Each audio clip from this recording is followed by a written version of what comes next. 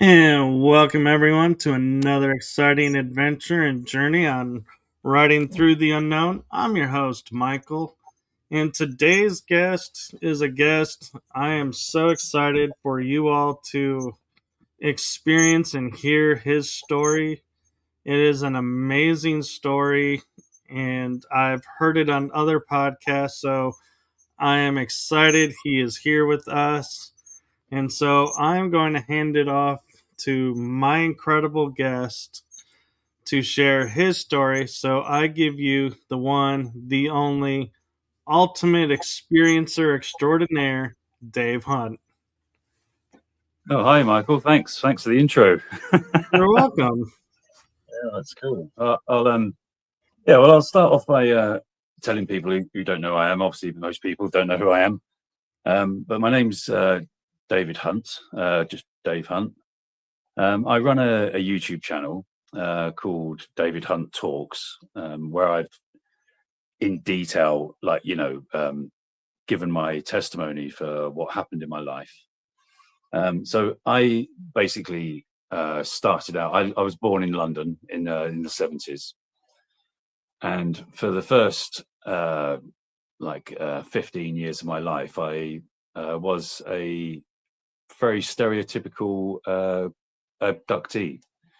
I had greys coming into my room regularly, and they would walk out of the walls and they would surround my bed.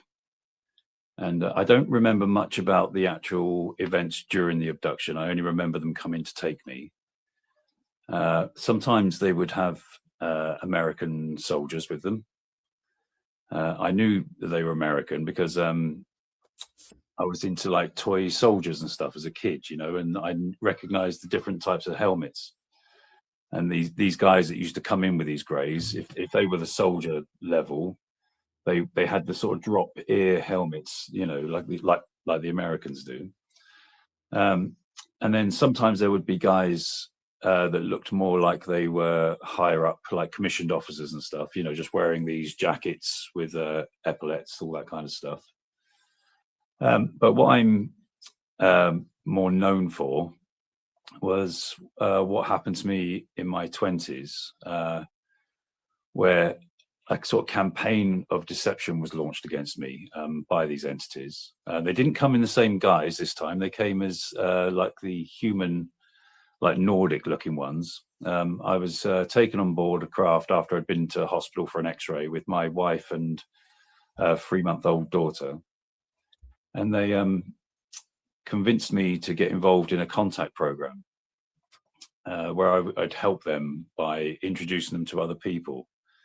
And that's like kind of like what has become like known in the UK, because there's so many witnesses. Basically, there was about 12 people that I took out to the woods to meet them separately most of the time. And some of those, I think about half of the witnesses of that have given testimony, to talk about what happened. And there's one guy at the moment, Phil Graham. You can look him up online, and he's been doing podcasts, giving full testimony about what happened. Eventually I realized that it was deception. I wasn't happy about what was going on with the people that were having contact, what was happening in their lives. So I put a stop to it. That's a kind of like story in and of itself, and where they showed their true colors. And now what I'm doing is I'm not saying that all aliens are bad, or that that they're all demons. I'm not saying that.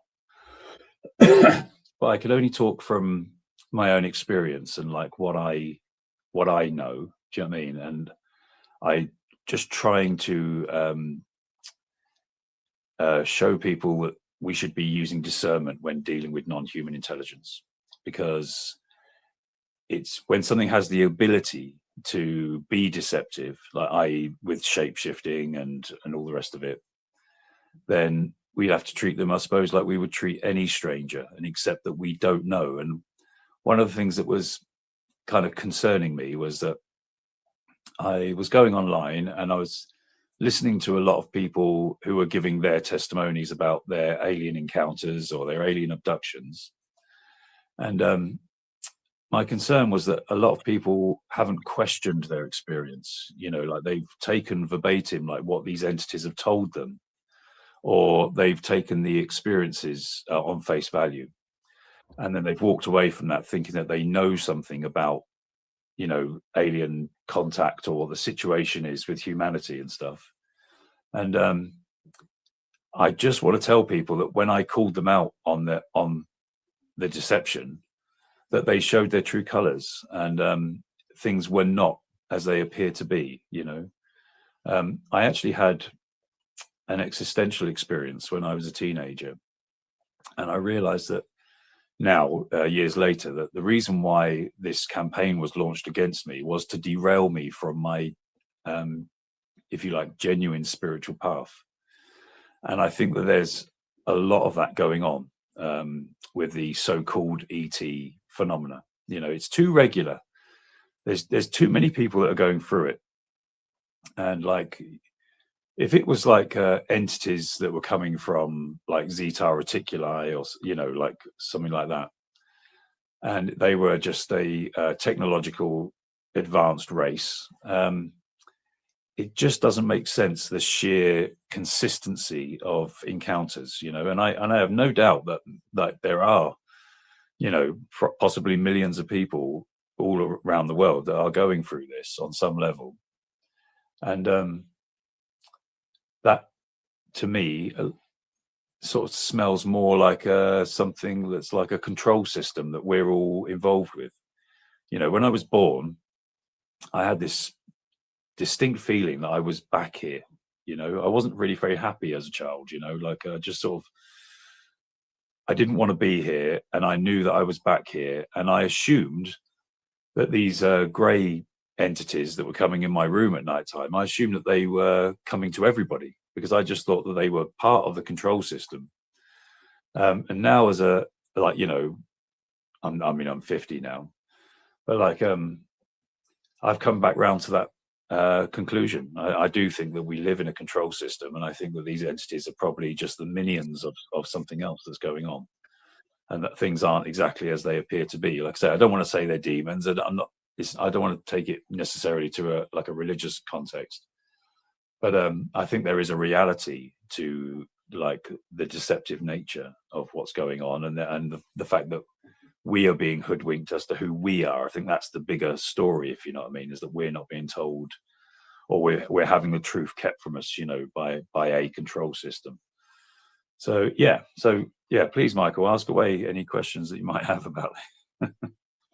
Well, and I agree with a lot of what you're saying about, there are powers that be that are controlling narratives, and we won't probably ever know truly, the full truth. And I feel like the biggest kind of crime that's been committed against humanity right now is because we have so much misinformation. We've been lied to about a lot of things by, governments and religions and stuff. That when people come up to us and say, "This is who we are, we're here to do this," we don't know if we can trust them. And Yeah. I don't know if we'll ever get that back, because that's such a hard thing to realize. Growing up, everyone's been lying to you in one way or another, in one form or another. And to go, how will I know the truth now when I see it? So these entities, for instance, I'll tell you what they told me during the initial like contact as an adult. And again, I think this is a story that a lot of people have been told. Now, of course, like, because of my earlier experiences, I had this feeling of like not feeling like everyone else. When I tried to mention it at school to people, to say, "Hey, the Greys," I didn't call them the Greys at the time, but I was like, the Greys that come in your room, and people would just look at me like I was mad. And then I started to feel isolated, and I was like, "Oh, okay, so you can't talk about this to people. This is something I have to keep to myself, or whatever." Right. And it always made me feel slightly like unhuman. There was a part of me that didn't feel the same as everybody else or whatever. Now, they gaslighted me during this initial contact as an adult, and they said to me, "Well, you're the reason why you feel like you're not human is because you're not human." They said, "You're one of us." They said, like, so there was three people on this craft, right, talking to me. Sorry, only one of them was talking to me, but there was three stood opposite me, and he looked a little bit like me. I know it sounds a bit odd, right? He was like, but he looked a little bit like me, and he told me that I was him. He said, you and me have an overlap of egos. He said, like, you don't understand the way time operates. He said, but you're me in like a future life, I believe he said, for him. And he said that we could operate together, like during this time. And he said that, like, basically they wanted to bring like love and light to the world. The story you've heard, how beautiful and spiritual the Nordics are and stuff, and they just wanted to build a bridge between humanity and the cosmos, help people realize in a friendly, loving way that they were not alone. So of course I bought that hook, line and sinker because I wanted to believe, that I'd had all these kind of like nefarious in the shadows experiences with these other entities. And I took it, I went, right, that's it. Yep, I'm chosen. I'm the reason why I don't feel like I'm human is because I'm not human. And I walked around and I'm like looking at people as I'm walking past and my own family and stuff. And I was starting to think, these guys are humans and I'm not a human. Do you know what I mean? I'm just in a human body or whatever.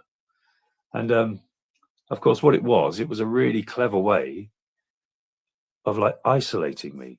That's what it really did. They tried to make me feel like I was special and I was chosen. And of course, the first step that they wanted was to isolate me from other people. And there was no better way to alienate you than to make you think that you were an alien and everyone else was just a mere human being, And like, so I took it. And then of course they kept coming to me then afterwards on that. And they would teach me, they taught me how to see them properly. Like, so that the initial experience happened, but then afterwards they would come to me telepathically. And they would they would come into my dreams. I know that's hard for some people to accept. I accept it if you don't, find it hard to believe or whatever, or the validity of it. But I can tell you that I do know the difference between dreams, and reality. And what they would do is I would wake up in a dream and start having a lucid dream.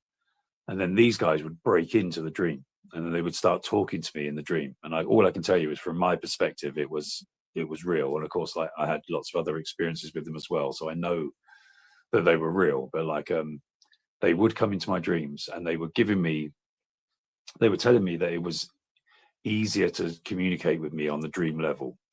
So if we wanted a like clear, concise, like conversation, that's where they were having it. And they said that they were going to train me. So they over about a 3-month period, we went through this training where they taught me how to see them here. They said that I was naturally gifted for telepathy, and I didn't really ever have to do anything about that. They could talk to me telepathically whenever they wanted. One night, I was driving along, and one of them appeared in the back of my car. And this was a really poignant point in the story that at the time, it didn't feel like a big deal, but this was part of the ruse, And he started talking to me telepathically from the back seat. And he said that he really wanted to drive the car. And of course, at the time, I was completely on board with these guys. I thought that they were my best friends. And he said that he would need to enter my body in order to drive the car because he couldn't physically do it himself. Now, we'll say as well that at this time, he didn't look like a solid being. He looked like they would come at different densities, as in the way that you would perceive them.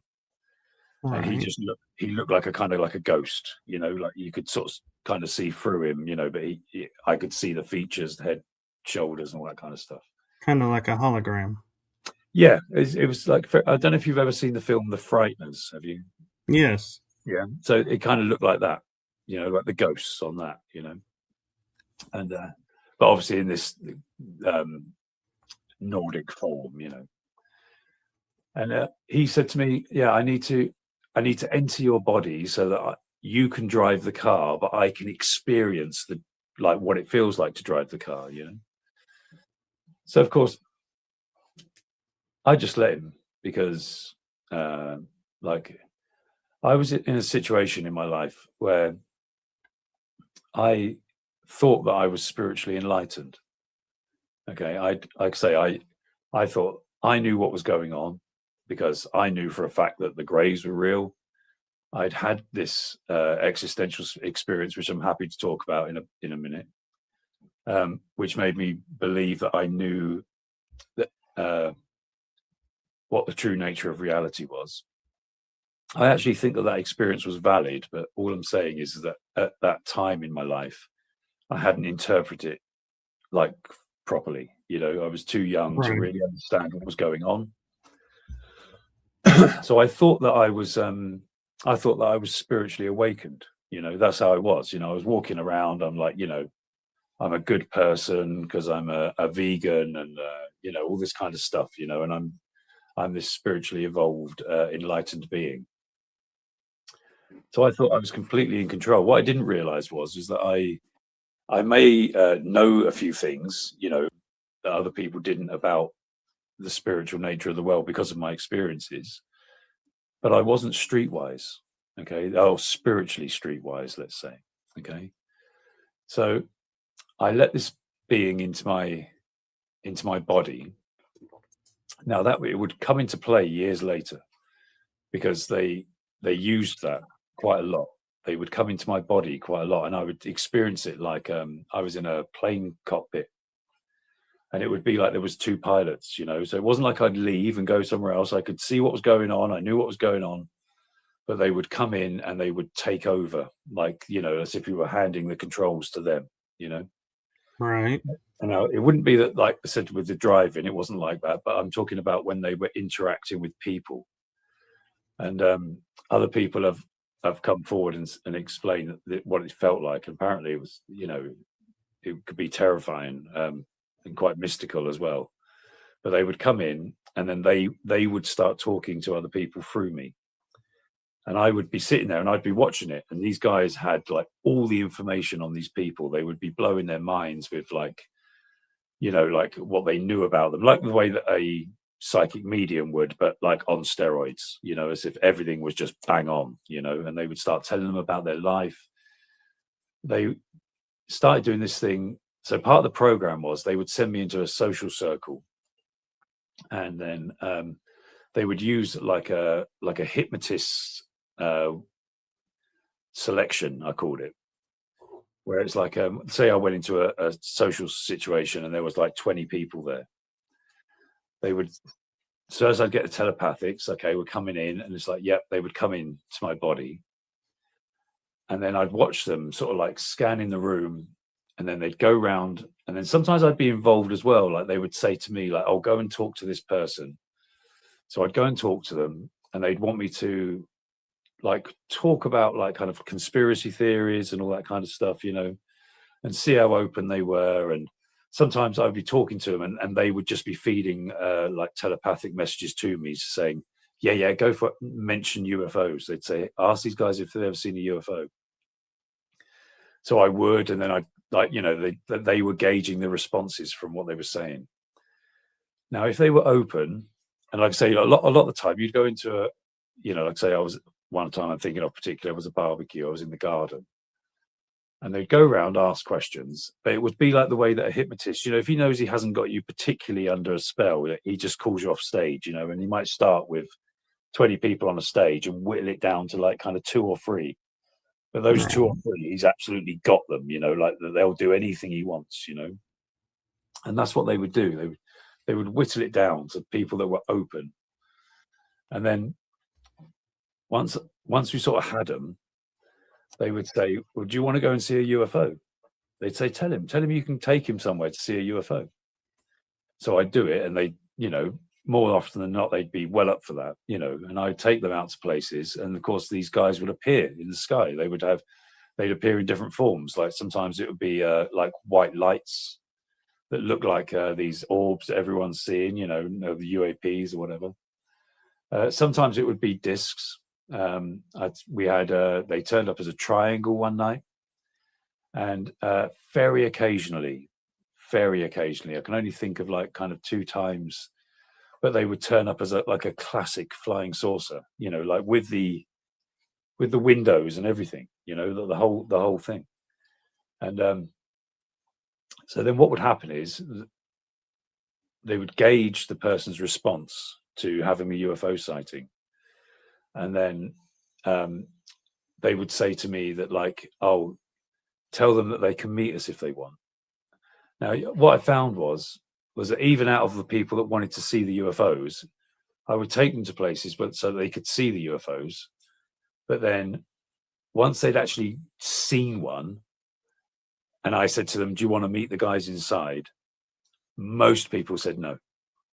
At that point, it was like too real. Do you know what I mean? They would go, no, I don't. And they would walk away. All right. They would be like, no, thank you. No, thanks at all. Yeah. It's like, I've seen the movies. No, thank you. Yeah.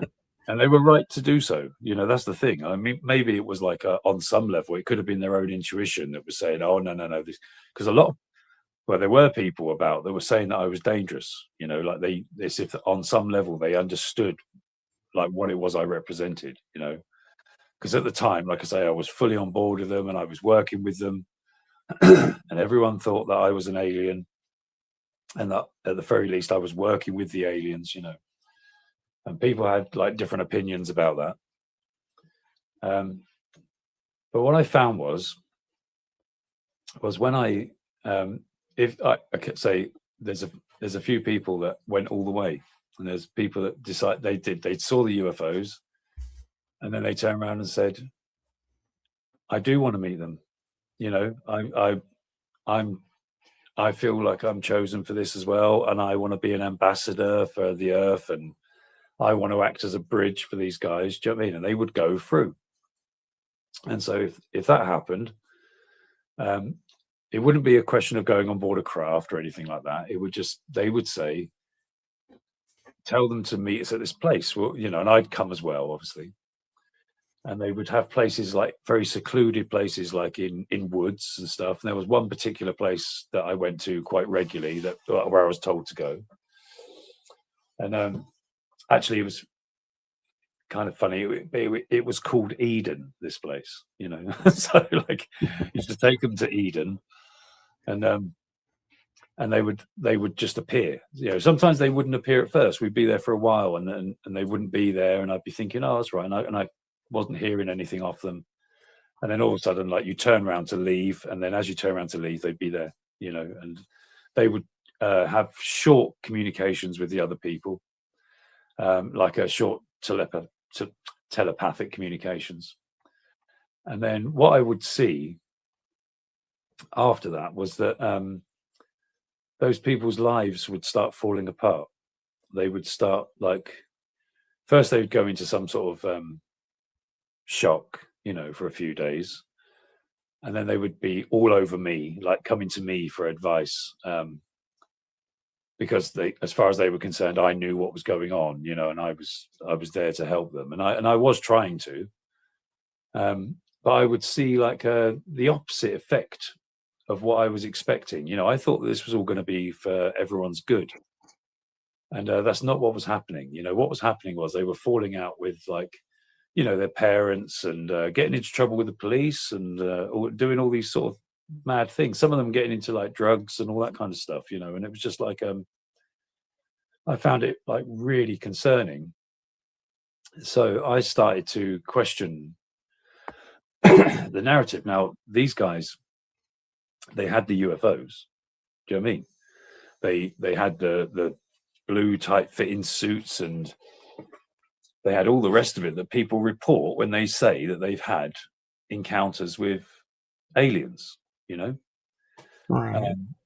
there was no way that you could have discerned that it wasn't. I had, I was aware of some of the literature. I mean, I was always interested in UFOs because of my experiences as a kid. So I had read books. I was aware of like Nordics and all that kind of stuff.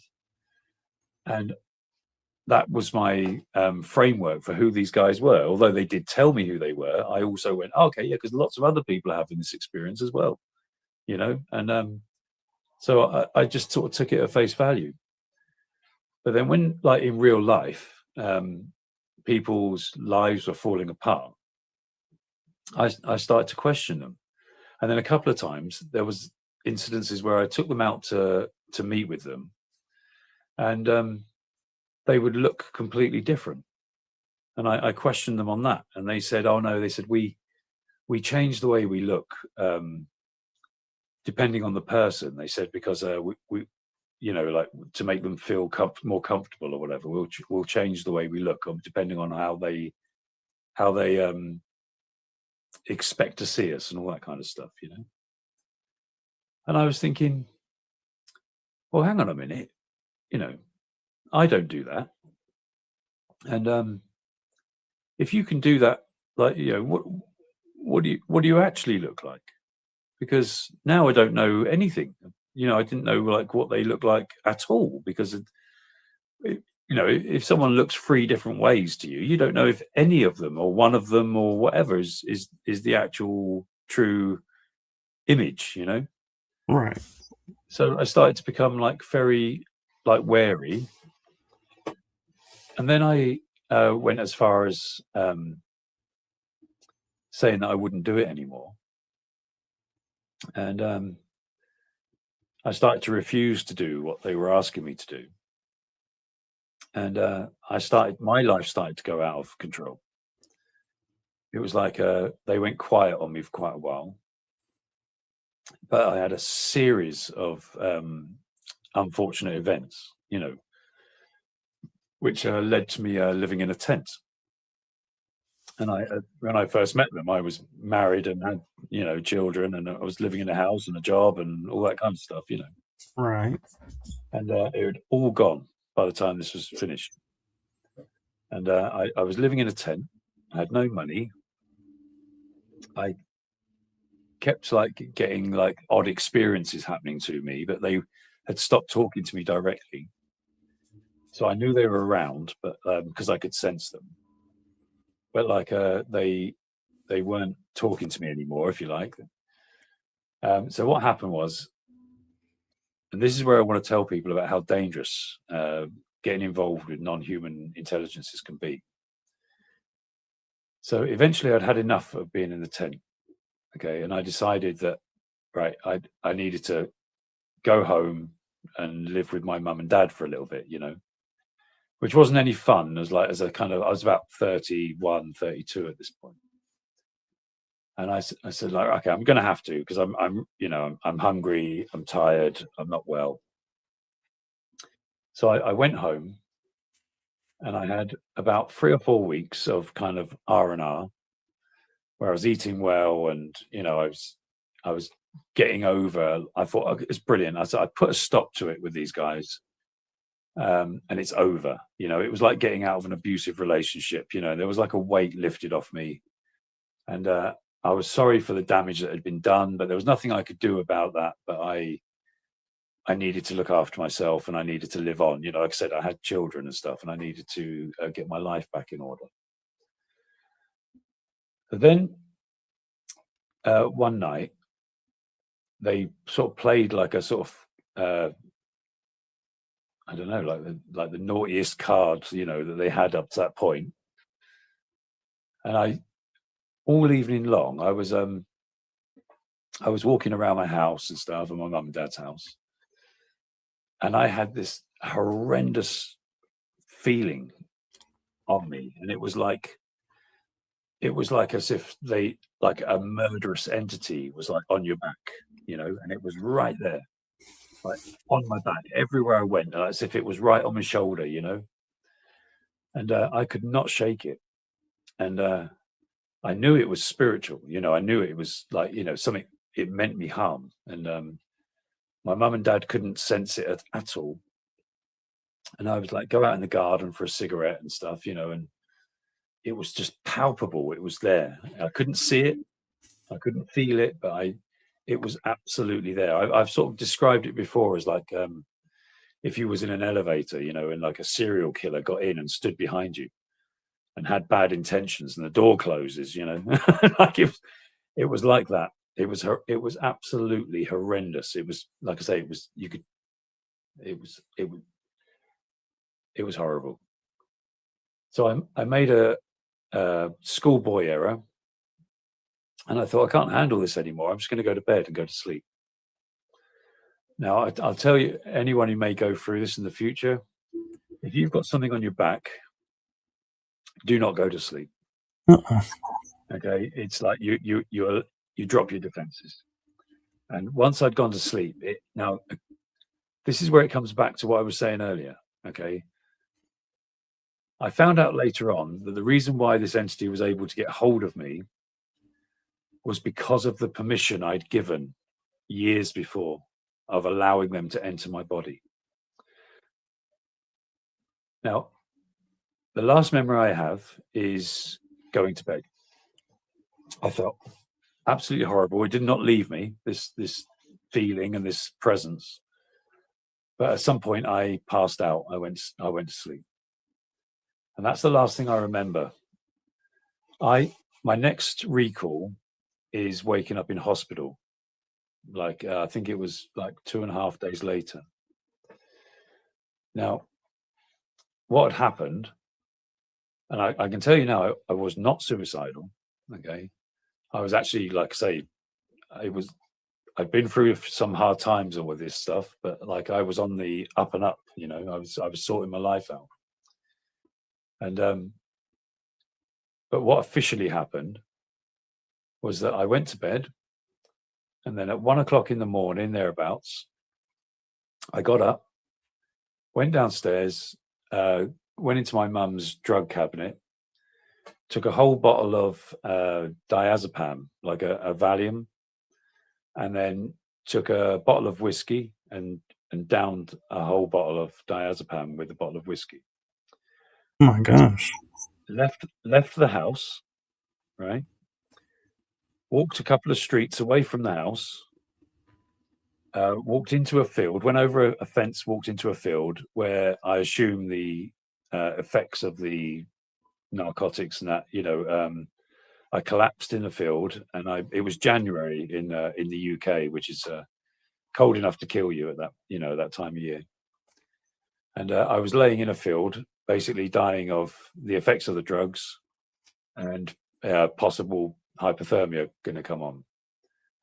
Had not an ambulance driver decided that he needed a wee, pulled over at the side of the road and thought, I'll just hop over this fence into this field and go for a quick wee. So he did that, and obviously hopped over, stood there, was about to go for a wee, looked down and saw my head. And they saved my life. So picked me up immediately, rushed me to hospital. While I was in hospital there, the Sun newspaper, I don't know if you heard of the Sun, have you, like in the UK? But it was running a story about 2 UFOs were seen over the hospital that I was in. I was in a coma. And apparently, like, police helicopters have been called out to it. And every time the police helicopters would turn up, they were white lights, 2 white lights, like sitting over the hospital. And they would disappear. And then when the helicopters would go, these white lights would reappear again. And apparently it made the national newspaper, as far as when they run these. This was years ago, but when they run these kind of UFO stories. When I woke up, I said something about being on a spaceship, and they put me in a wheelchair, and they wheeled me into the psyche unit, and I spent a month in the psychiatric unit in the hospital. At that point, I decided that I would tell these doctors everything they wanted to know, because at that point I was starting to think like maybe I'm insane. You know what I mean? Maybe I am insane. You know, like obviously, you know, you go through some of the experiences that I've been through, and you think, oh, you know, I'm, if you like, I'm sane enough to sort of go, well, I bet insane people think they're sane too. You know, I can maybe I should just tell these doctors everything I know, and just see where it lies. You know, see where it falls, basically. So I did. I told them everything. I spent 2 weeks in the hospital, and I told them everything that had happened to me. I told them all about the entities. I told them about the program that I'd been involved in. I told them about the childhood experiences. And they said to me at the end of the 2 weeks, I was supposed to be in 28 days, but they only kept me in 2 weeks. And they said, Dave, they said, you're one of the most balanced psychological people I've ever met. They said, you know, we're going to have to let you go, mate. They said, you've got no psychosis going on. And I was like, okay. I was like, but I said, are you saying that you believe me about what's been going on? And they said, well, we can't say that. This was a while ago, do you know what I mean? They said, we can't say that. They said, but you can go. Now, there was another guy that came in and interviewed me in the hospital. And I always got the impression that he wasn't a doctor, that he was someone else, you know, and I can't for the life of me think of how he introduced himself, or whether he actually did give me a name or anything like that. But he talked to me for about 3 hours, and all of his questions were kind of not like asking me as if he didn't believe me or whether he was psycho evaluating me. He just wanted to talk about them. He just wanted to talk about what they said specifically. You know, he wanted to know all details. That's what he wanted to know. That's all he wanted to know, really, was like details. What did they say? How often did you meet? What was going on? So again, you know, in the nature of full disclosure, I did. I told him everything that he wanted to know. And I don't know if that went in my favor somewhat, but the doctors were told to basically back off, and I was let go out of the hospital. So yeah, so I basically, after that, I got back on my if you like, genuine spiritual journey towards truth. You know, I no longer have any if you like, non-human intelligence communications, because I won't have it. You know, I've had them a couple of times come into my house, but you see, half the problem is that I can see them because they trained me how to see them. Right. And, I think I'm fairly naturally clairvoyant anyway. I actually have an interesting question. Yeah. You know, if I'm understanding right, you were married, had kids while this was going on. When you said no more, the wife and kids disappear, and you go through the hospital deal, and then you're with your parents. So I'm wondering if I'm following that correctly in the chain of events. Do you think your family was placed to help you stay with them and in their program?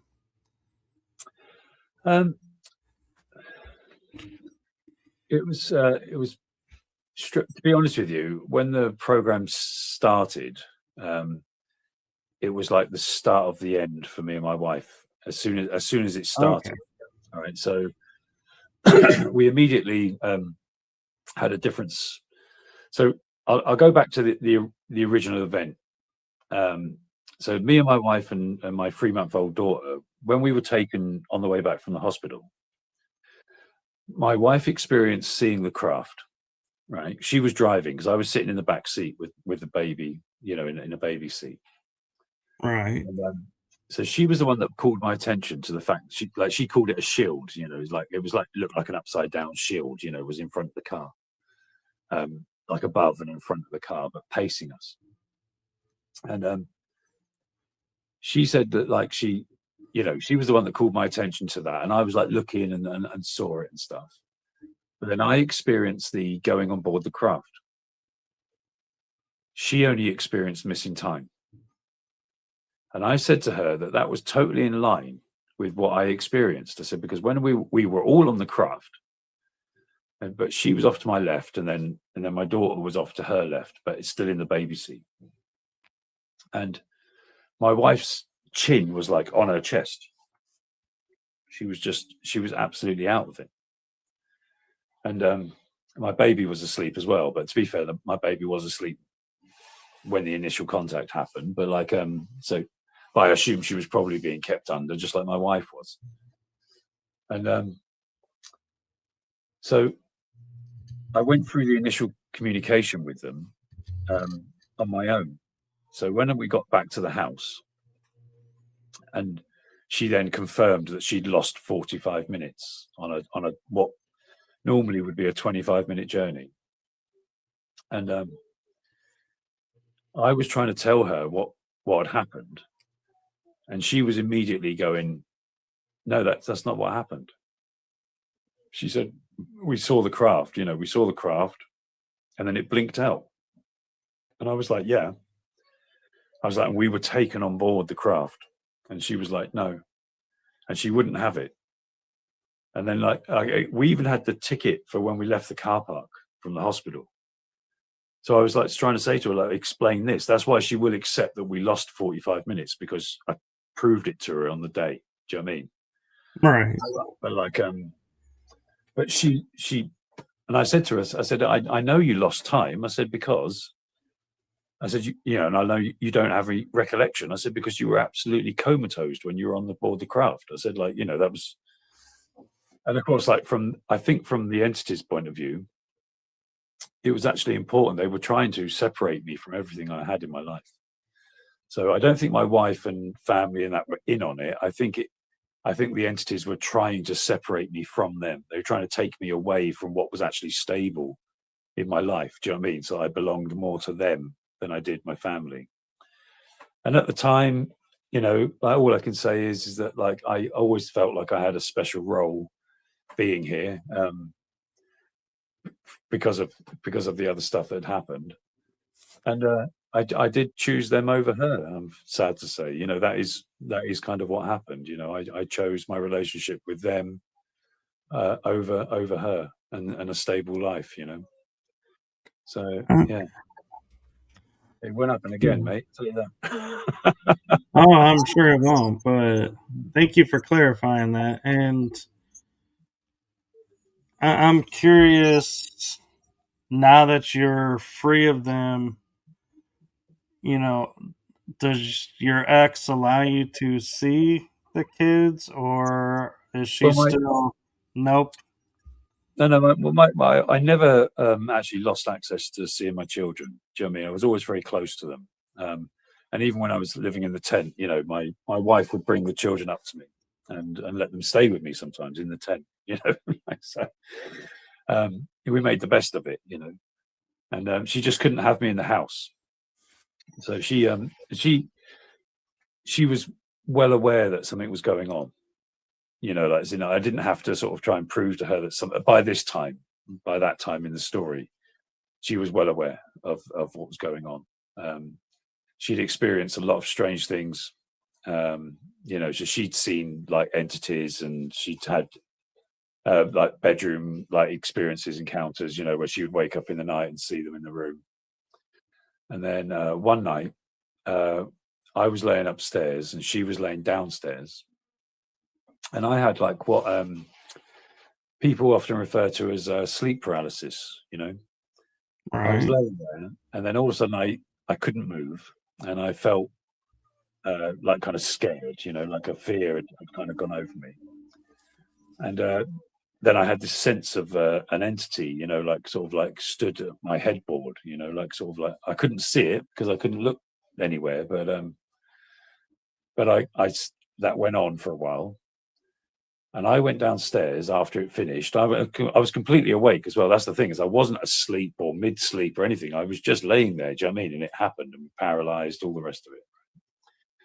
So then I went downstairs, and my wife was going, "Man, the weirdest thing just happened to me." She said, I was like, "Yeah, go on." And she was like, "I was just laying on the couch." She said, and all of a sudden, she said, "I was paralyzed." She said, like, it was really weird. She said, like, and I could feel like a presence at my head. And I was like, "Yeah, that just happened to me upstairs."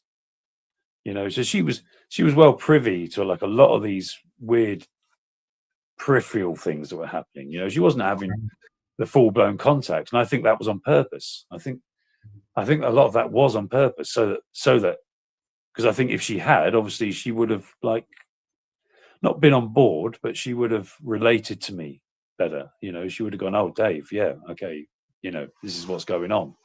Right. All they would ever do was just like, yeah, it was just be playing shadows in the, you know, smoke and mirrors with her, you know. So she'd have experiences, but never anything like absolute concrete. But yeah, she knew it was going on with me. She knew it was going on. And, So Dan Guest is asking, do you think they were shadow beings that was causing the paralysis? so I mean, I find it difficult to like clarify anything, if you know what I'm saying. I've got a feeling that like all of these entities are kind of like different facets of the same phenomena, you know. I think like depending on what frequency band you're seeing them on, you'll see them differently. I've had it before where I'm stood next to someone, so we'd had a couple of contact experiences that hadn't gone that smoothly, and there'd be times where people wanted to see them, and I'd take them to the spot, and they would see like a shadow entity, yeah, like your friend was saying. Right. I could see them solidly. So like, and they would be talking to me telepathically and just saying, "He can't do it. He can't see us. He can't see us properly."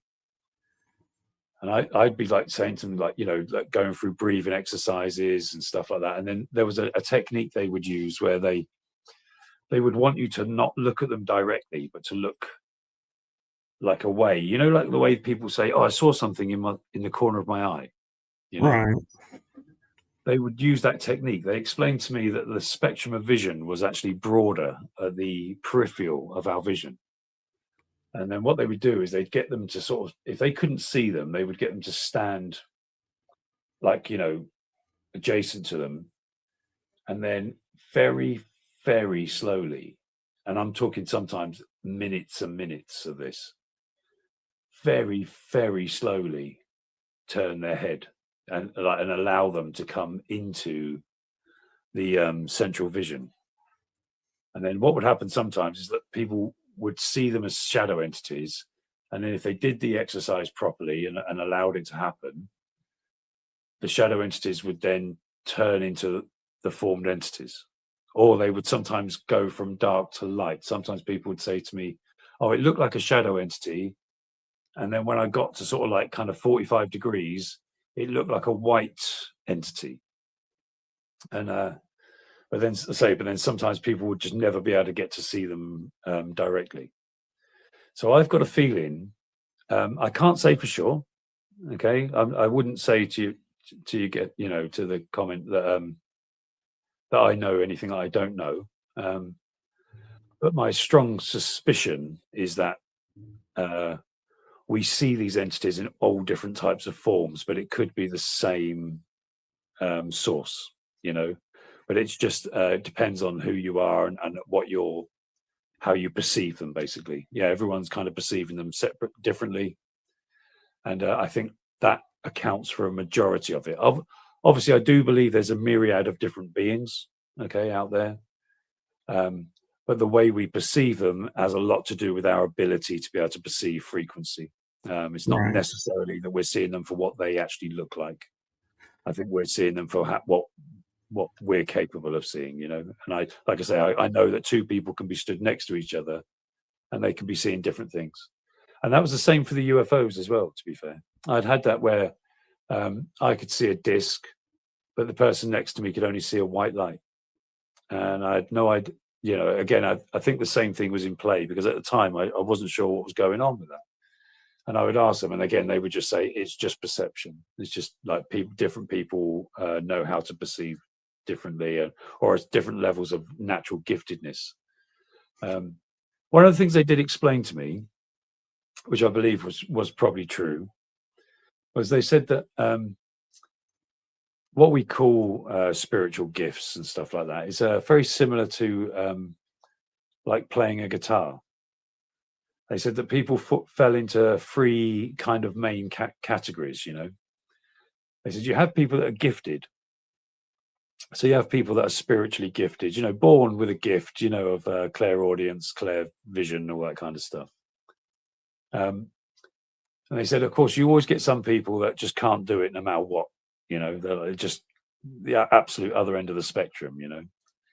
But they said, but most people are very similar to the way it is with a guitar, as in, like, most people fall into the category that if they practiced and committed, that they could get pretty good at it. Do you know what I mean? Might never be, Jimi Hendrix or whatever, but they could get really good as long as they practiced. So they said that spiritual gifts or spiritual ability was the same. Most people, if they could bother to practice, they would go from not being able to do it to being able to do it. And as long as they maintained a practice. And again, when I've had people say to me, "Oh, I can't see spirits or anything like that," and I'm like, "How often do you practice?" And of course, people just don't think to. I mean, I don't practice, but obviously because I don't want to see them. I'm not interested in seeing them anymore. But I can't stop other people from going on their own journeys.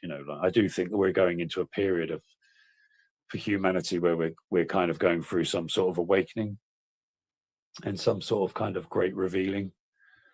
So I think obviously it's a part of the process that we're waking up to the fact that there is a non-human intelligence involved with this world, and probably rightly so, that we need to face it and we need to have a look at it, and that's going to involve some people going through this experience, I suppose. And on that note, Dan Guest asked earlier, but his other comment was in line where you were, so I held this question. He was asking, Dave, where about did your experiences happen in the UK? Also, thank you for sharing your testimony. Okay, thanks, mate. Yeah, cheers. No, I've always lived in the UK. I was born in London, but where this contact program, if you like, happened, it happened in Oxfordshire, which is kind of in like middle England, rural England. But now I live in Wales, so I don't know if you know, obviously, like what the UK is like on a map, but I now live in Wales, so right out west of the UK. That's where I live now. So yeah, but yeah, most of the stuff we're talking about happened in Oxfordshire. So, and Dana's wondering if we're drawn towards these others to help bring in a better timeline. And I'll kind of expand it with where we're going is, were you exposed maybe to the deceptive ones so that if the true extraterrestrials, if that's what we want to call them, arrived, you would know the difference and be able to say, hey, these are here to help us, these are not. So you guys can do what you want. This is my experience. So I had an experience with what I believe to be genuine benevolent beings. I like I say, I can't say what I don't know. Like most of my experiences were, like, say, 99% of it was with the deceptive entities. But one night had an experience. Unfortunately, like I said, I wasn't on my own. I was with a friend who will happily stand up in any court and say this happened, where 3 guys walked into our front room while we were meditating. The first thing we had was telepathic. We were both sitting on a couch each, as like cross-legged, meditating, like you do, and we both received a telepathic message at the same time. Said, "Look, we're coming in. Is it possible for you just to stay still?" But it had a completely different feel. It had a very, it was friendly, but it was very mature.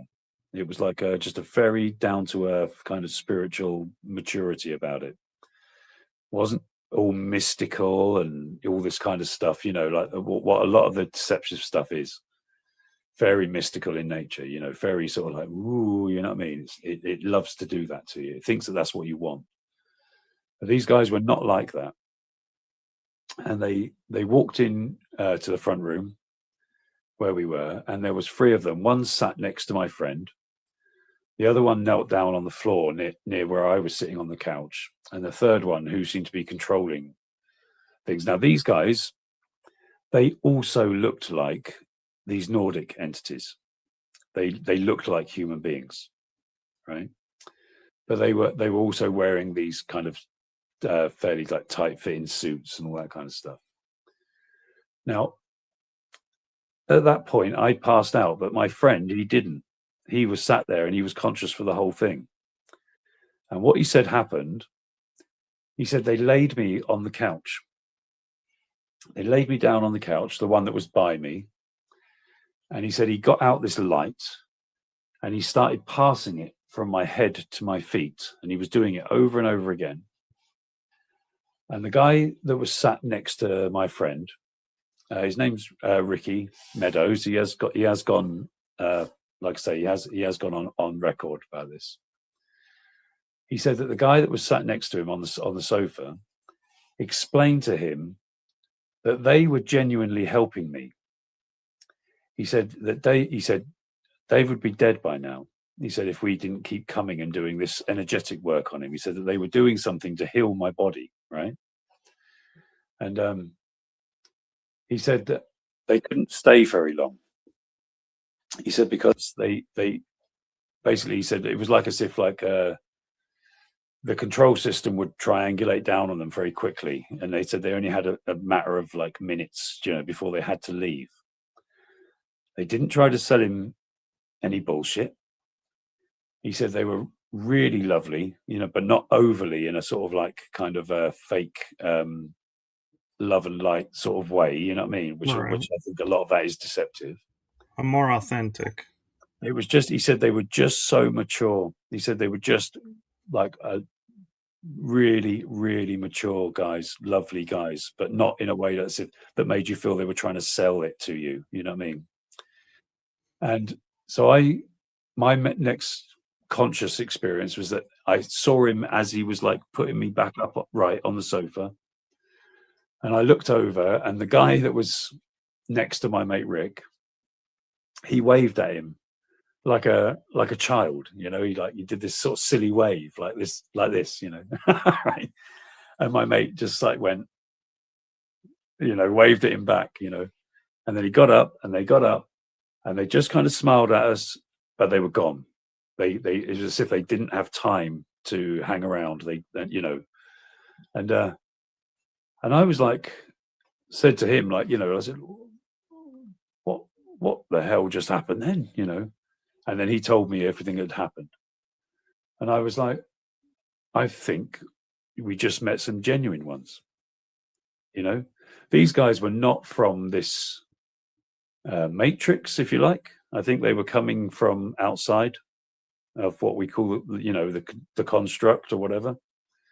And they were not part of it. I think a lot of the entities that people are dealing with are coming from within the control system.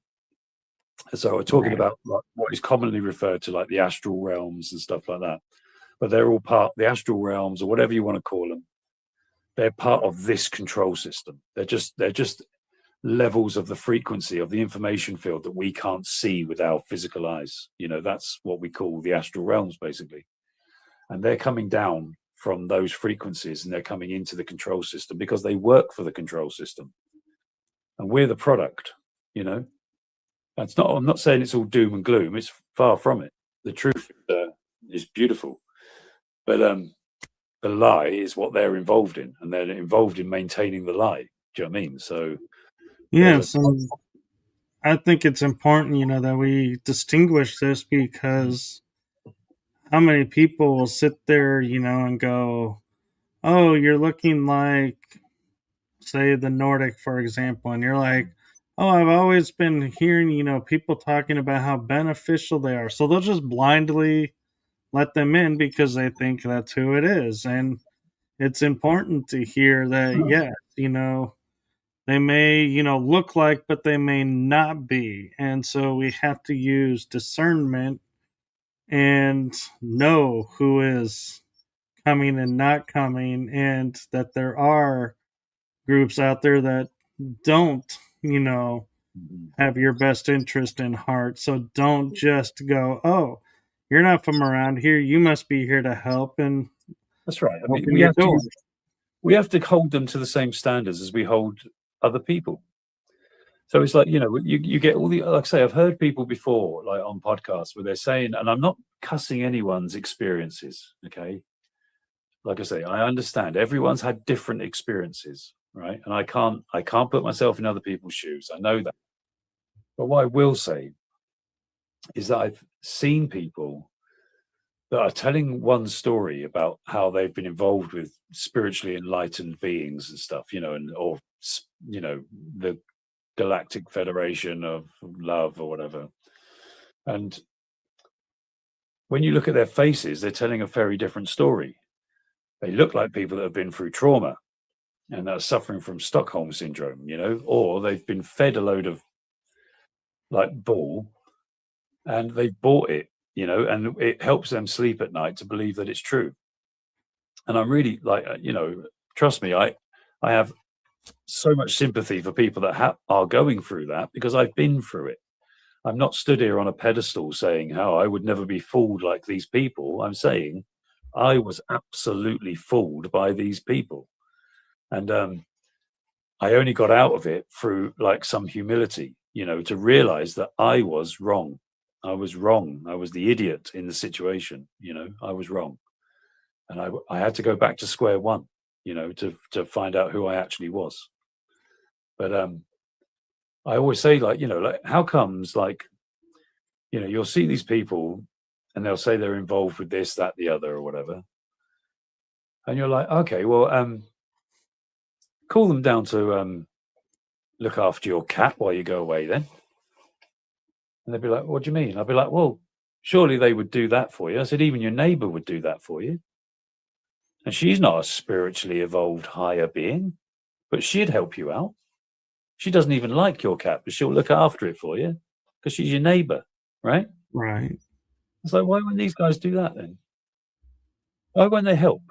Why are you saying that they're watching what's going on in the world, but they don't want to help? They just want to come to you in the middle of the night and tell you stories. That's not helping the world, right? Why, like, where's the genuine, like, why not bypass? Why is it that we're not seeing like open contact, right? Like, why are we leaving it into the hands of like our governments and stuff? Like saying, well, that's how we're going to get disclosure. So who are these beings? Who are these beings that are going to let our governments control the narrative about what's going on with non-human intelligence? If I was them and I could scan the world, right, and I've got computers that are light years beyond any AI, whatever we've got now, I could know all the information in the world. I could know everything that's going on in the world, right, in an instant. Yeah.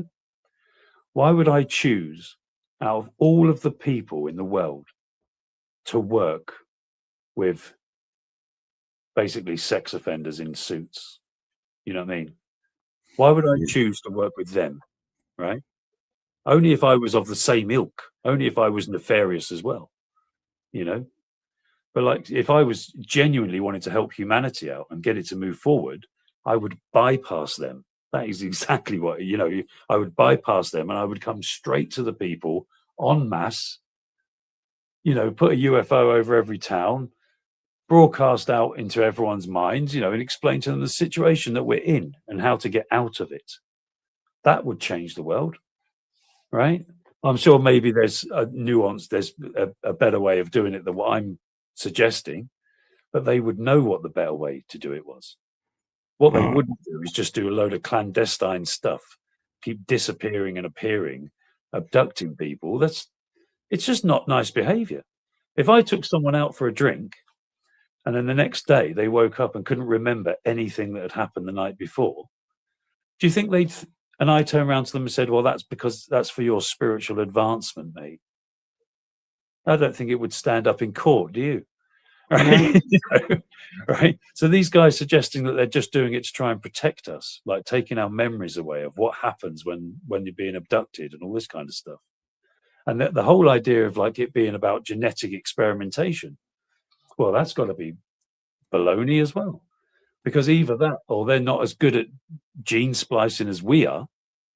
I mean, we can get stuff done. We've cloned animals and stuff, all the rest of it, but they've been doing this for at least what we know of decades, right? And we're not getting anywhere. They're not getting anywhere with what they want to do, or they're nearly got a hybrid species. I'm not saying those things aren't happening, but I'm just saying that some of it doesn't add up, Yeah, they're either advanced or they're not, right? Right. So I agree. And Dan has an interesting question for you. He's asking, Dave, have you heard of the Penny Rich UFO incident of 2016? I'm thinking that's pronounced Penny Rich. It's PentyRch. A lady called Kaz Clark had an incredible encounter with a pyramid craft. Right. So, yes, I do. Right. I live 10 minutes away from Penturk. That's how it's pronounced, mate. Penturk. Okay. Right. And it's known as the Penturk incident. All right. And so a craft appeared in 2016, in March 2016. And it was a big, as far as I'm aware, it was a big triangular craft that had like lightning coming out of it, kind of stuff. And the military turned up and it released a couple of small white orbs that flew over to a place called Smilog Woods, which I go to about once a fortnight for a walk round. It's such a beautiful place. And where the UFOs were shot down over Smilog, the government came in and chopped down all the trees on the bit where it fell down. Now, I know people that know Kaz Clark, and they say she's absolute stand-up, 100%. She's genuine, right? Only last week, I work in a garage as a mechanic, and I was taking a lady home who was leaving her car at the garage, and I said, "Oh, wait, where do you live?" And she said, "Oh, I live in Penturk." So I was like, "Okay, cool." So I started driving her back to Penturk, and I always say, if someone brings it up, I'd always say, "Oh, have you heard of the Penturk incident?" Right. And she said, "Oh," now she was quite a well-to-do woman, like quite. She was probably 65 and like well off, And she said, "Oh yeah." She said, "Yeah, it happened behind my house." She said, "I live right on the edge of Penturk." She said, "And there's just fields like from behind my house." She said, "It happened in the fields behind my house." So, and I've heard a couple of first-hand testimonies. So it absolutely did happen. If you don't mean to plug, but if you go on my YouTube channel, which is called David Hunt Talks, I've made a couple of videos from Smilog Woods, which is where I've done a video of the actual crash site. I've stood at the crash site and given us like a little 10-minute talk sort of thing. So if you're interested, sorry, what was the guy's name that's asking the question? Dan Guest. Dan, sorry. So yeah, Dan, if you want to see it like firsthand, like on a video sort of thing, go on my channel, mate, and yeah, it's in there. I can't remember I wish I could remember the title of the video, but you'll kind of see it's a daytime video where I'm outside walking, and yeah, I go there all the time. Go there all the time. It's a really lovely place. Very sort of has a sort of eerie feeling about it, you know. But yeah, that definitely did happen. Yeah, definitely happened. So yeah. He said he's going to subscribe after this episode. Okay, awesome, mate. Yeah, nice.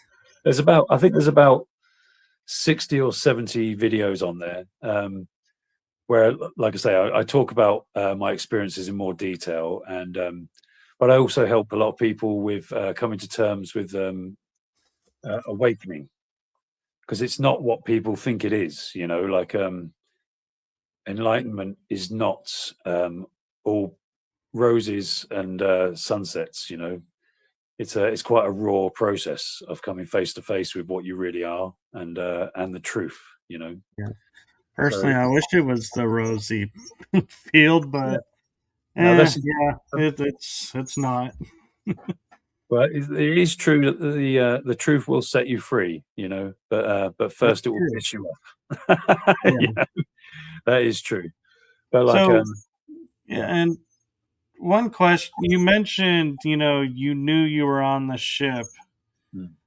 and so I'm wondering how much recall do you have of what it was like on the ship? Like, what do you remember seeing beyond? Is it just everybody on the table, so to speak, No, or so yeah, so it was like I said to you, as a child, I don't remember going on board the crafts. You know, I remember being taken, but that was it.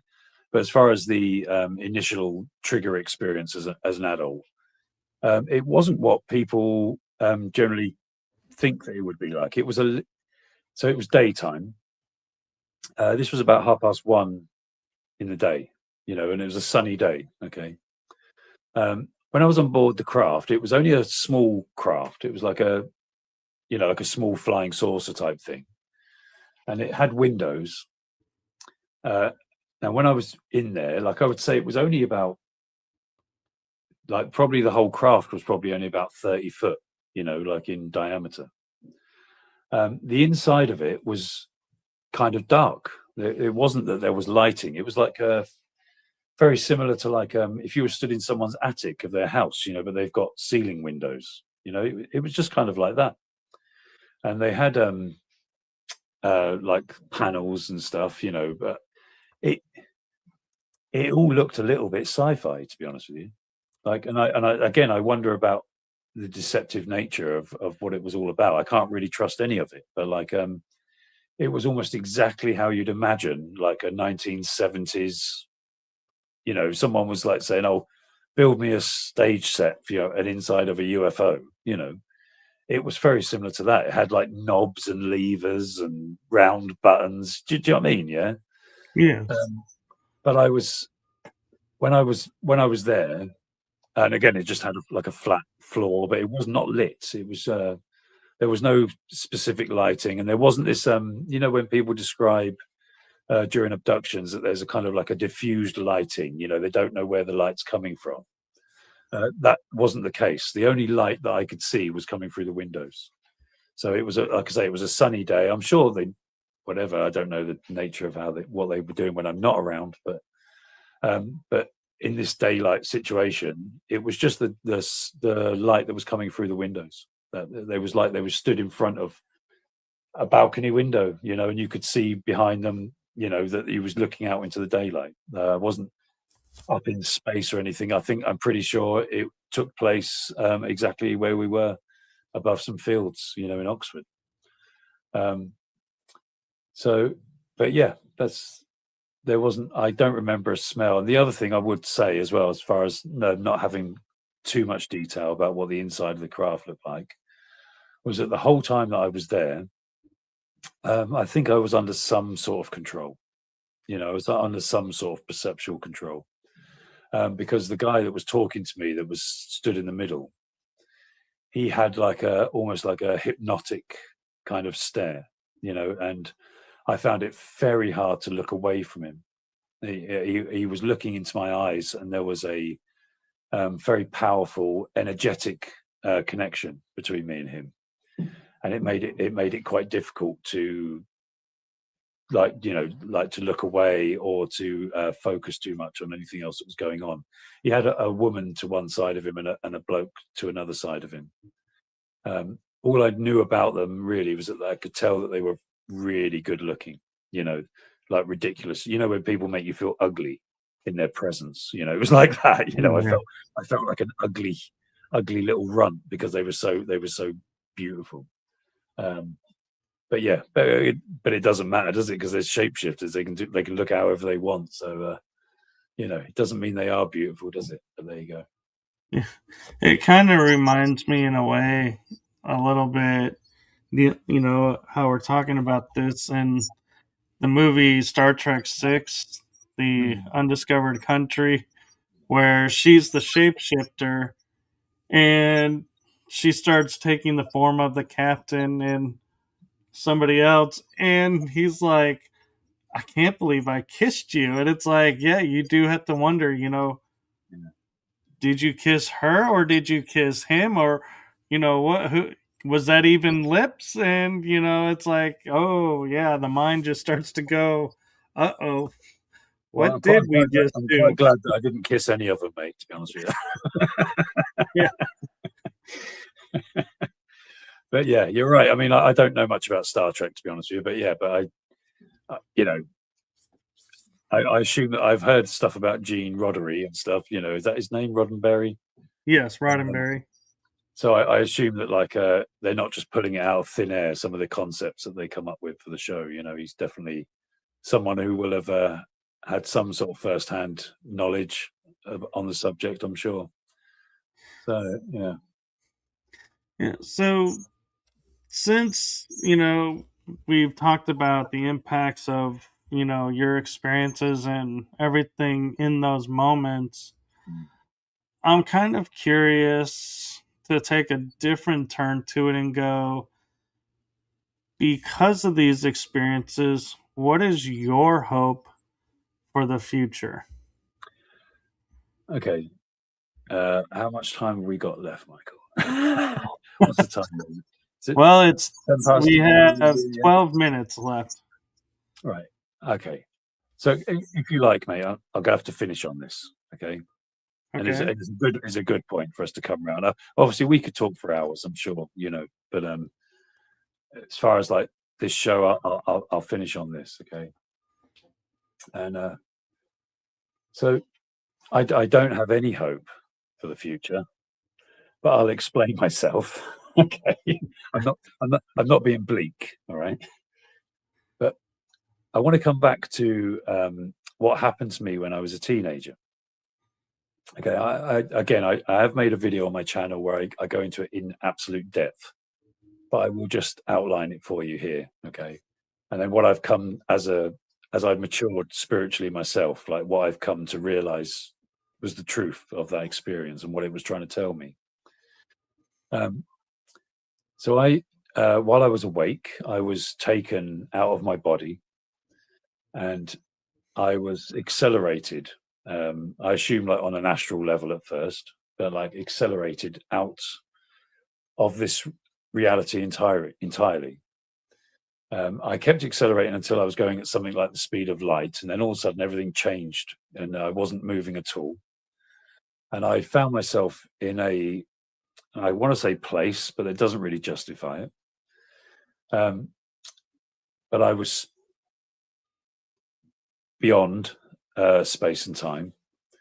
And in this place, I didn't have a body, but I was pure awareness. I was still aware of I had a point of observation, but I didn't have the same level of identification with the persona and the stuff that I'd had as like you normally have when you're filtering reality through the body. There was a narrator that came to me that was all kind of around me, if you like. It's like I say, words don't really do it justice. I just hope that people get the gist of what I'm trying to say.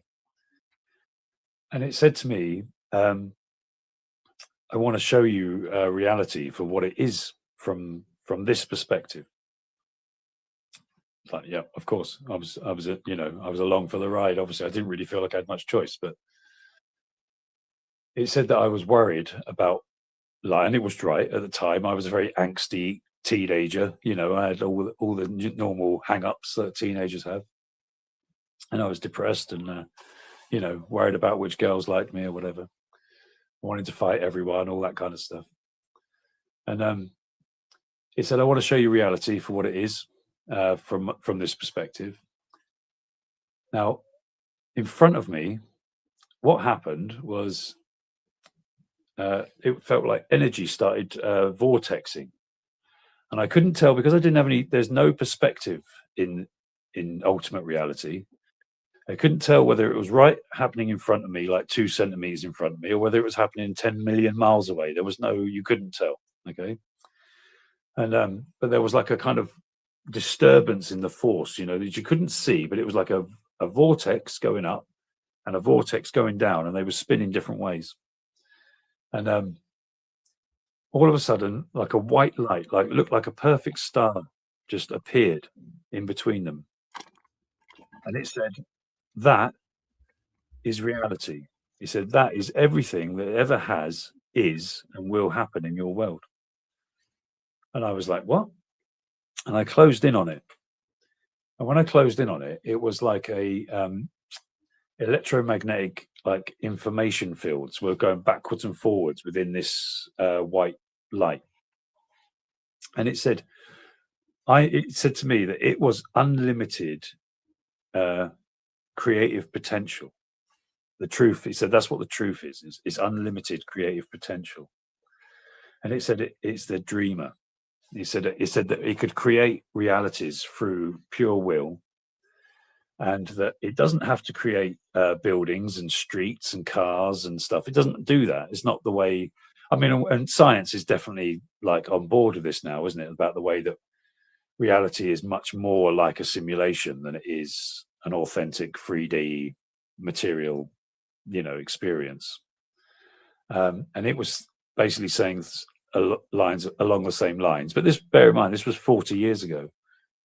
And it was saying that basically consciousness decodes the information fields and turns it into a like holographic kind of 3D reality. And I was like, okay, there was nothing else to really say. I didn't know, I couldn't argue with it.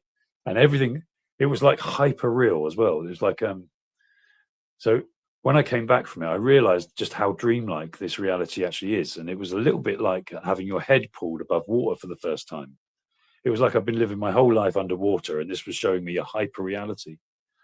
More recently, over the last couple of years, people have been talking a lot about having DMT experiences and talking about hyper reality, about how when they have these experiences, they're experiencing something that's realer than real. And it was very similar to the way I've heard DMT experiences described. But I can just tell you now, I wasn't on DMT. In fact, I don't think anyone was doing it, 40 years ago or whatever. I'd never heard of it. But then it sort of went on and told me that there was a particular part of the story that I was experiencing, and it just wanted to show me that. And it showed me that where me and you, Michael, are, and everyone watching, it said that we'd gone one step further, and that we were living in it didn't call it a simulation. It kept referring to it as a dream, like a piece of artwork, And it said, but you're living in a dream within a dream. It said there's a proportion of the dream that's cut itself off from the prime dream. And it said it was done with a kind of super ego. And it said that it based itself on separation. And what it had done is it cut itself off from the source of energy by spinning off from the prime dream. And it said because of the nature of it doing that, it had to parasite energy from consciousness that was trapped within its system. Whereas in the prime reality, consciousness draws its energy from the infinite source of energy. Do you know what I mean? And it's also the people that live there. Like what I'm suspecting the three guys that came into my front room, that they come from a prime reality. And they are consciously aware of the truth, if you like. And it said that basically that's where we were. We were kind of, it wasn't judging it, but it was like saying that we'd become trapped, in a consciousness that was based on separation, which had led to fear and it had led to imbalance. Right. I'm trying to get this all out fairly quickly. Sorry, mate. But it said that basically it was over. It said, I want to show you. He said, obviously, it's not a fight. It's not like it has to worry about, what's going to happen. If infinite love decides that something's over, it's over. It's as simple as that. There isn't any authority higher than the source. Do you know what I mean? And I agree. so it just said, he said, like, basically, he said that this dream within a dream was ended. And it said what it was doing was influxing the way it's done. It said it's a done deal. It said there's nothing the control system can do about it. He said that when you're looking at the control system and thinking that they're all powerful because they're now rolling out technology and AI and surveillance and putting chemicals in the food and doing all the rituals or whatever, all the stuff. He said, what you're actually watching is these guys in their death throes. He said they've been controlling this reality for eons and they haven't had to do any of this stuff. They just had to control our belief systems and that kind of stuff. Do you know what I mean? It was fairly easy to do. Right. But it said since it had started influxing all this awareness, we said because of course the way that this separated dream could work had to work on us being asleep, spiritually speaking. So what it had done is it kept influxing loads of consciousness from the prime dream coming into this world. Now, of course, everyone forgets who they are when they come into this world. Okay, that's just the way it is. There's like almost like a magnetic layer around this matrix that wipes your mind. But it said that consciousness that was new, that was coming in kind of fresh, or had only been here a couple of times, had a much greater chance of waking up to its true state of being. And that is exactly what was happening. It said that like loads of people were coming into the world, if you like, at this level. And of course, they're into truth seeking and seeing the conspiracies and going on spiritual journeys and stuff. And that was happening all over this realm. And basically there was nothing they could do about it. They're doing everything they can. They've upped the satanic rituals. They've upped everything they're doing. They're upping. They're trying to up the fear. They're trying to up the wars. They're trying to put more chemicals in the sky. Whatever. They're doing everything they can, but it's not working, and it's not going to work either because ultimately this consciousness that created this system is going to be healed as well. This is not us versus them situation. It's not and then we're going to get him, the guy that runs this place. That's not how it's going to work. It's a reunification of consciousness. So the separated ego that created the dream within a dream was going to forgive itself basically and become unified again. And then as a complete unified consciousness, we go back into the prime dream and the world changes. Like it said that like the prime dream was very similar to this as far as the way it looked. It has sunsets and mountains and you know what I mean? Like it's Yes. this is a shadow of that world. So it's like a bad reflection of that world. So it looks very similar. But it's just that this world has been covered with a layer of lies and separation, which is not true, as in it's not real. It was kind of corny, but it was kind of suggesting that obviously infinite love was the only truth. You know what I mean? That fear and death and all that kind of stuff were an illusion. And Right. and so I like after the experience of that, like I say, if you want the full details and stuff, please do go to the channel and listen to a video that's called The Event, where I talk about it in detail. And I put the link to your YouTube in the show. All right, cool. Thank you, mate. And But years later, I got to grips with what really that all meant, So one of the people that really helped me was a guy called David Icke. I don't know if you know who David Icke is. yes, I do actually. So yeah, so I've met him now, and we've talked, for a while about all this stuff, and he really helped me. really helped me conceptualize what happened to me. You know, there was a book he wrote called "Infinite Love is the Only Truth. Everything else is an illusion," and that really helped me. It really helped me understand, and I think it was a divine way that I was brought into contact with that book. You know, in order to help me conceptualize what happened to me. And Right. so yeah, Um, so to just cap off, all I'd say is, mate, is I don't have hope, and I don't have belief, because the actual truth doesn't require belief, and the truth is available to everybody. Don't listen to me. You don't have to believe what I'm saying, because it turns out that you're the truth. Okay, you're the only thing that's real. You're the only truth. You know, not your persona and everything, but who you really are is true. And so right. everyone can know truth. Okay, you can know truth. You don't have to believe in it. You don't have to convince yourself. You don't have to do any rituals. It is true. You know, so yeah. So, but maybe Michael, maybe another time you'll have to have me back on, mate, and I'll carry on. We'll get into the depths of this, you know. But yeah, I'd love that's to what I have was you thinking. back on, and I know you're on time, and so I just want to say before we end this episode, from my heart and the heart of my shows to you, thank you for what you're doing for humanity. It's seen, felt, and heard, so thank you. Well, thank you, Michael. Do you know what I mean? Like, and I can tell you, you know, it is coming from love. Now, where I am, I know the difference. Okay, and like I say, I know I'm not all you know, sitting cross-legged under a tree and stuff, you know, but I do love you all, and I'm going to continue to do what I'm doing. I know there's things that I'm doing, and it will not stop, because we are all one.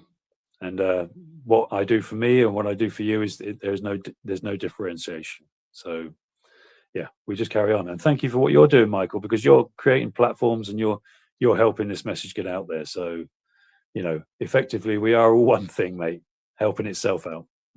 I agree, so thank you for that, and we will definitely have you back on, and I'm going to call it an afternoon because you are in the UK, so it is your evening, and so I know you have commitments. So thank you so much for coming on and sharing your story with us.